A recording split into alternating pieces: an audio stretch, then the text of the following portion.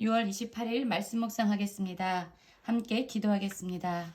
하나님, 우리가 미련하여 스스로 높은 채 하지 않게 하여 주시옵소서. 우리의 약함을 보게 하시고 우리의 한계를 인정하게 하셔서 하나님 앞에 겸손함으로 살아가게 하여 주시옵소서. 예수님 이름으로 기도했습니다. 아멘. 오늘의 말씀은 잠언 30장 18절부터 33절까지의 말씀입니다. 말씀을 함께 살펴보시기 전에 개인적으로 말씀을 꼭 읽으시고 묵상하는 시간 가지시기 바랍니다. 30장 18절입니다. 내가 심히 기이 여기고도 깨닫지 못하는 것 서너시 있나니 라고 말씀하고 있습니다. 그렇습니다. 너무나도 기이하고 이상하지만 분명하게 깨달아지지 않는 것이 있다라고 이 잠언의 저자는 이야기하고 있습니다. 그러면 그것이 무엇일까요? 19절입니다. 곧 공중에 날아다니는 독수리의 자취와 반석 위로 기어다니는 뱀의 자취와 바다로 지나다니는 배의 자취와 남자가 여자와 함께한 자취이며 음녀의 자취도 그러하니라. 그가 먹고 그의 입을 씻은 같이 말하기를 내가 악을 행하지 아니하였다 하느니라 라고 말하고 있습니다. 그렇습니다. 공중에 날아다니는 독수리, 그의 자취, 어디로 날아가는지 우리는 알지 못합니다. 지나는 같지만 그가 어느 길로 지나갔는지 그 흔적을 찾을 수 없지요. 뱀의 자취도 그러합니다. 우리는 뱀이 어디로 갔는지 그 흔적을 찾을 수 없는 것은 뭔가를 남겨놓지 않기 때문입니다. 바다를 지나가는 배도 마찬가지죠. 바다를 뚫고 지나가지만 배가 지나간 후에 그 물결은 배가 어디로 갔는지 그 길을 보여주지 않습니다. 또한 남자가 여자와 함께한 자취도 그렇습니다. 그리고 특별히 20절에서 말씀하고 있는 음녀의 자취도 그러하다라고 말하고 있습니다. 이 음녀는요, 음란한 행동을 합니다. 그가 먹고 입을 씻은 같이 그의 모든 잘못된 악의 행동들을 모두 지워버렸습니다. 그리고 그가 말하기를 내가 악을 행하지 아니하였다라고 거짓말을 합니다. 그런데 많은 경우 이 음녀가 어떤 음란한 행동을 했는지 그 자취를 깨닫거나 볼 수 없기 때문에 음녀의 이 거짓말에도 속을 수 있다는 거죠. 정확하게 깨달아지지 않기 때문입니다. 그래서 우리가 삶을 살아갈 때에 이렇게 기이 여기지만 분명히 알 수 없는 여러 가지의 상황들을 만나게 됩니다. 특별히 이런 음녀와 같이 거짓과 속임으로 우리를 유혹해 오는 많은 환경과 사람들이 있습니다. 그럴 때 우리에게 필요한 것은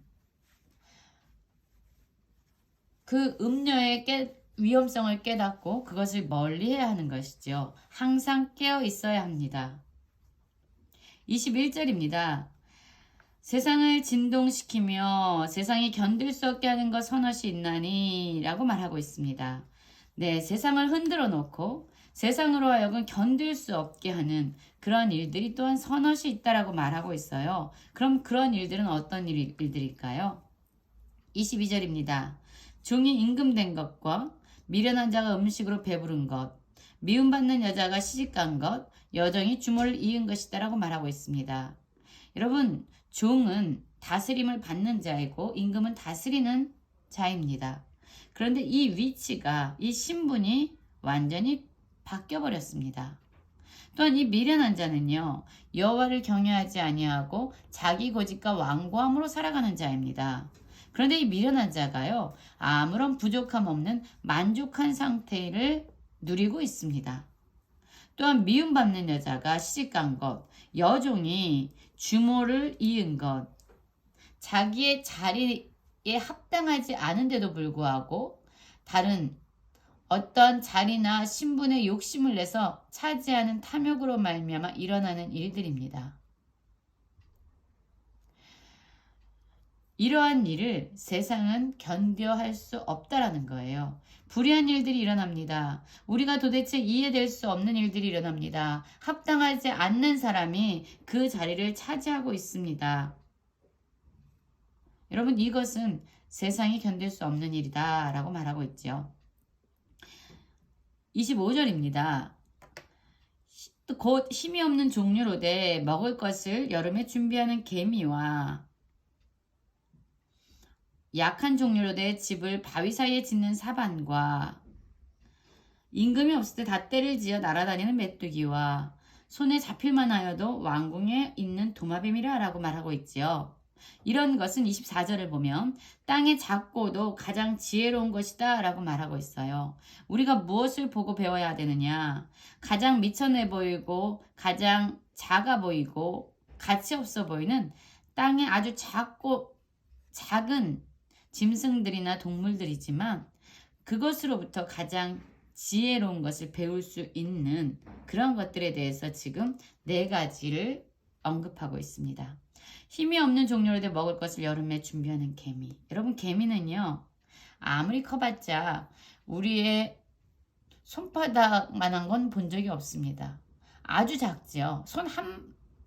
손가락 한 마디의 크기의 개미도 볼 수 없습니다. 아주 작고 약한 것입니다. 그런데 그들은 부지런히 떼를 지어서 부지런히 음식을 준비합니다. 성실함과 부지런함으로 자신의 미래를 대비하고 있습니다. 이러한 모습을 우리는 배워야 합니다. 또한 약한 종류지만 단단한 바위에 집을 지음으로 말미암아 자기 종족을 안전하게 보호할 수 있는 사반. 이 사반은 바위 너구리를 의미하지요. 이 사반의 안전함을 위해서 바위 틈에 집을 짓는 지혜. 그리고 또 임금이 없지만 떼를 지어서 엄청난 파괴력을 가지고 있는 이 메뚜기. 여러분, 메뚜기 떼가 모든 풀과 야채를 다 집어먹는, 때로 와서 하나도 남김없이 모든 것을 다 휩쓸어가는 모습을 보았습니까? 그런데 그들을 이끄는 임금이 없대요. 그럼에도 불구하고 그들은 하나처럼 한 가지의 목적을 향해서 움직이고 있습니다. 이것을 배워야 한다는 거죠. 그리고 손에 잡힐 만큼 약하지만 왕궁에 사는 도마뱀이다 라고 말하고 있습니다. 개미의 지혜나 부지런함, 또한 안전을 위해서 바위 틈과 같이 어려운 곳에 자기 집을 짓는 사반들, 임금이 없지만 하나가 되어서 때를 이어서 움직이는 메뚜기들, 손에 잡힐 것만 같은 약함에도 불구하고 왕궁에 거하고 있는 도마뱀들. 여기서 우리는 하나님이 그들 가운데 있는 지혜를 배워가야 합니다. 29절입니다. 잘 걸으며 위풍 있게 다니는 건 서넛이 있나니 곧 짐승 중에 가장 강하여 아무 짐승 앞에서도 물러서지 아니하는 사자. 사자의 용맹함에 대해서 이야기하고 있습니다. 사냥개와 순념소와 당할 수 없는 왕이라고 이야기하고 있습니다. 어떤 위험 앞에서도 뒤로 물러서지 아니하고 당당하게 앞으로 나아가는 짐승들. 그리고 마지막에는 왕에 대해서 말하고 있습니다. 그리고 32절, 33절에는 오늘의 전체적인 말씀을 요약해주는 말씀이 있는데요. 32절입니다. 만일 내가 미련하여 스스로 높은 채 하거나 혹 악한 일을 도모하거든 내 손으로 입을 막으라. 대저 젖을 저으면 엉긴 젖이 되고 코를 비틀면 피가 나는 것 같이 너를 격동하면 다툼이 남느니라.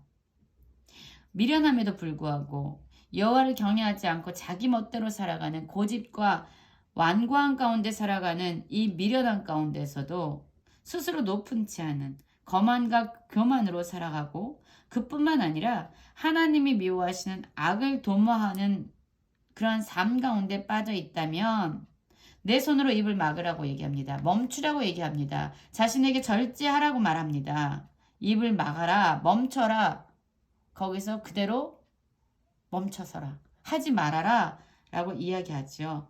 왜냐하면 대저라고 그 이유를 얘기하고 있는데요.